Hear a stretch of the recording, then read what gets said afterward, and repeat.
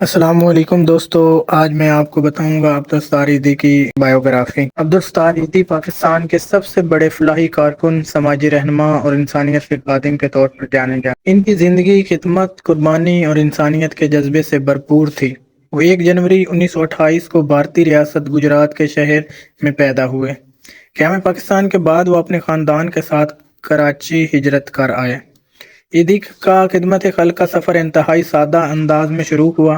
انہوں نے 1951 میں صرف ایک ایمبولینس سے اپنی فلاحی سرگرمیوں کا آغاز کیا، جو وہ خود چلاتے تھے۔ انہوں نے غربت، بیماری، لاوارث بچوں، بے سہارا عورتوں اور بزرگوں کے لیے پناہ گاہیں، یتیم خانے، فری ہسپتال قائم کیے۔ ایدھی فاؤنڈیشن دنیا کی سب سے بڑی رضاکارانہ ایمبولینس سروس چلاتی ہے، جسے گینیز ورلڈ ریکارڈ نے بھی تسلیم کیا ہے۔ ایدھی صاحب نے اپنی سادہ طرز زندگی سے دنیا کو حیران کر دیا۔ کپڑے سادہ، جوتے پرانے اور زندگی کا مقصد صرف اور صرف انسانیت کی خدمت۔ وہ مذہب، رنگ، نسل یا فرقے سے بالاتر ہو کر ہر انسان کی مدد کرتے تھے۔